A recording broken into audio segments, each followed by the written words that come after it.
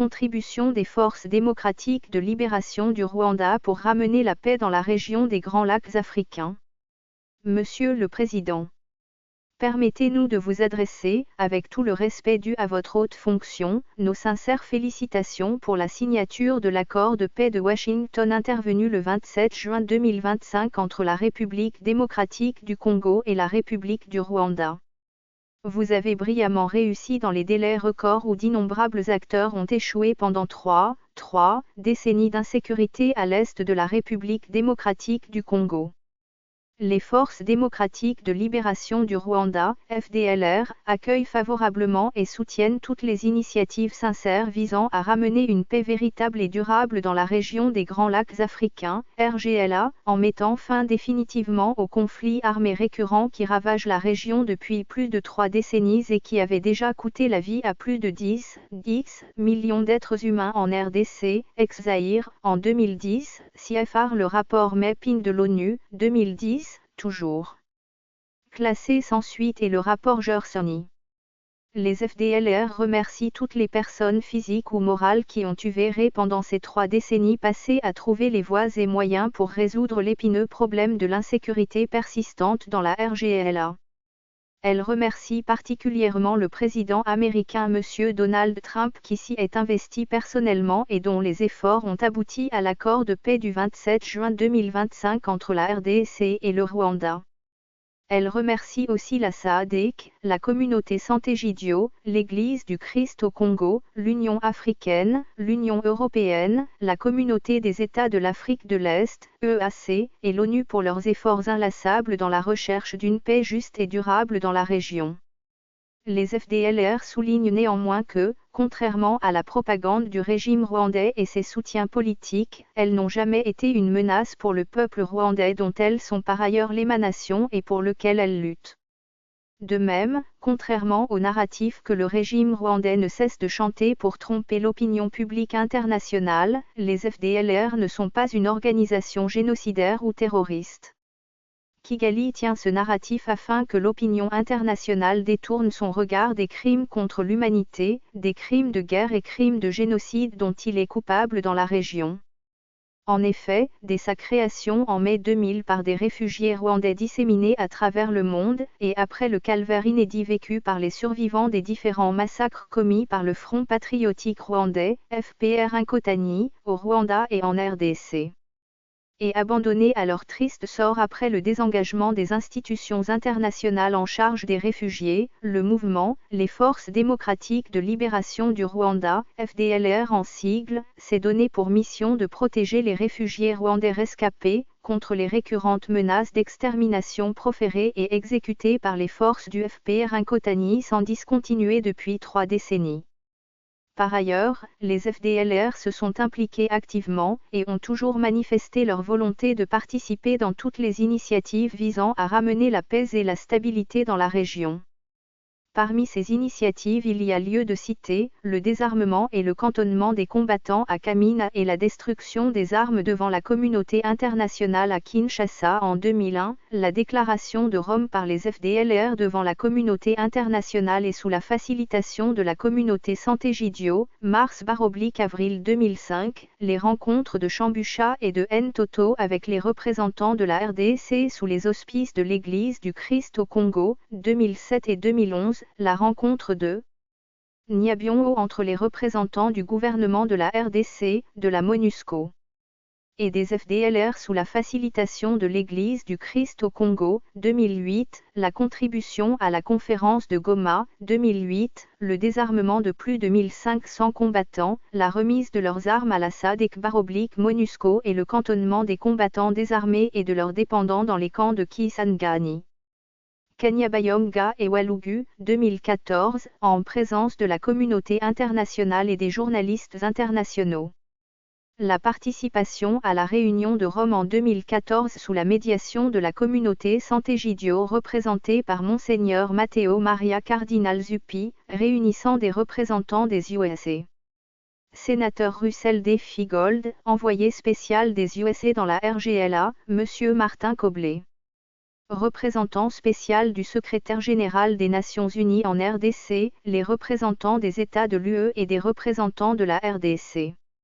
En réponse à toutes ces initiatives de paix auxquelles les FDLR ont répondu présentes, le Rwanda a brillé par son absence et son sabotage, tandis que la communauté internationale n'a pas respecté ses engagements d'accompagner positivement et activement ces initiatives.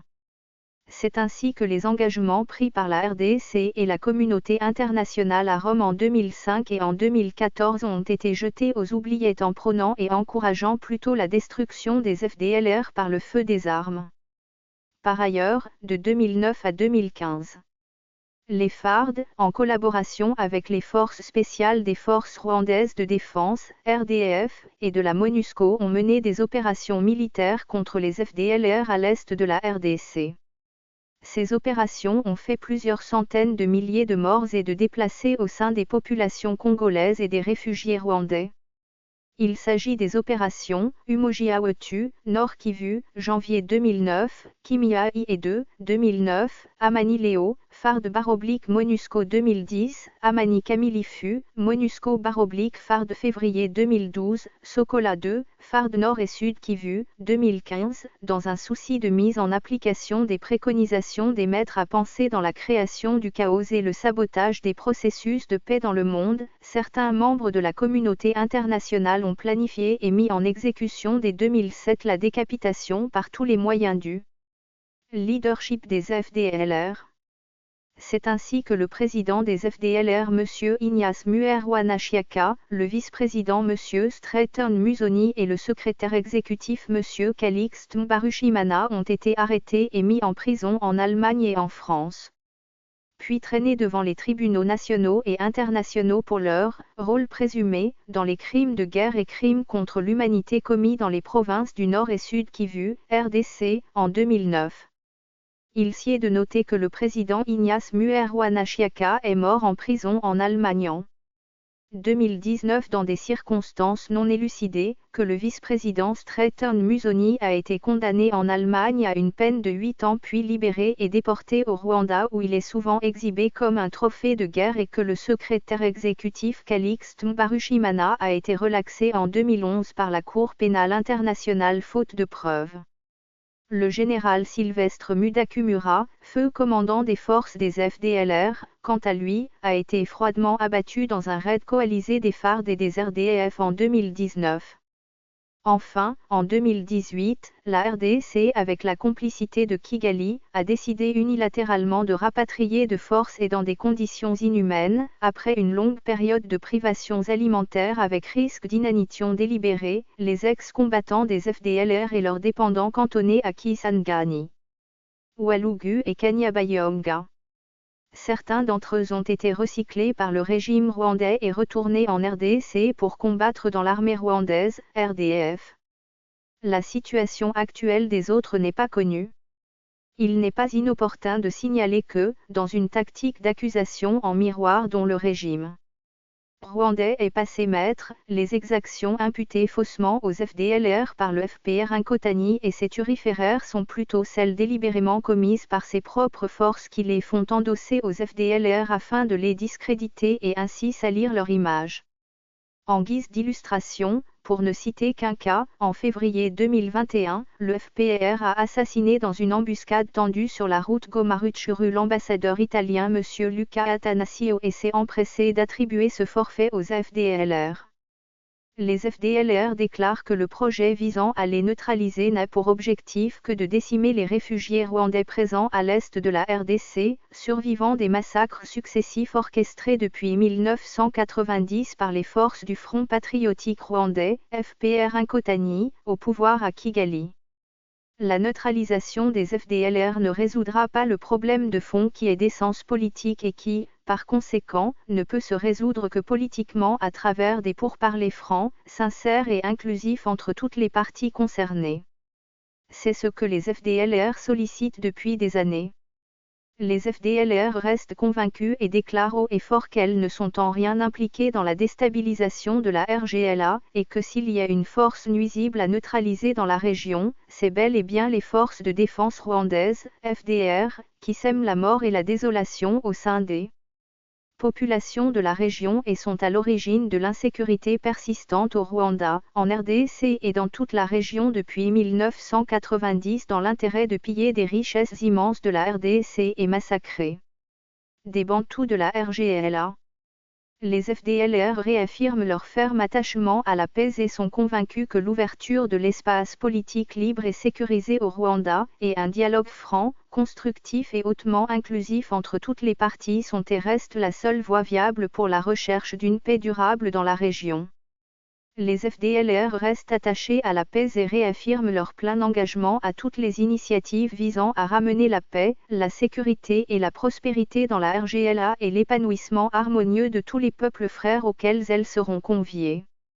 Les FDLR restent déterminés à mener à bien leur mission de protéger les populations rwandaises réfugiées à l'est de la RDC jusqu'à leur retour définitif dans leur mère patrie le Rwanda en toute sécurité et dignité. Veuillez agréer, Excellence Monsieur le Président, l'expression de notre très haute considération. Victor Biragiro, lieutenant général président des FDLR. CPIA.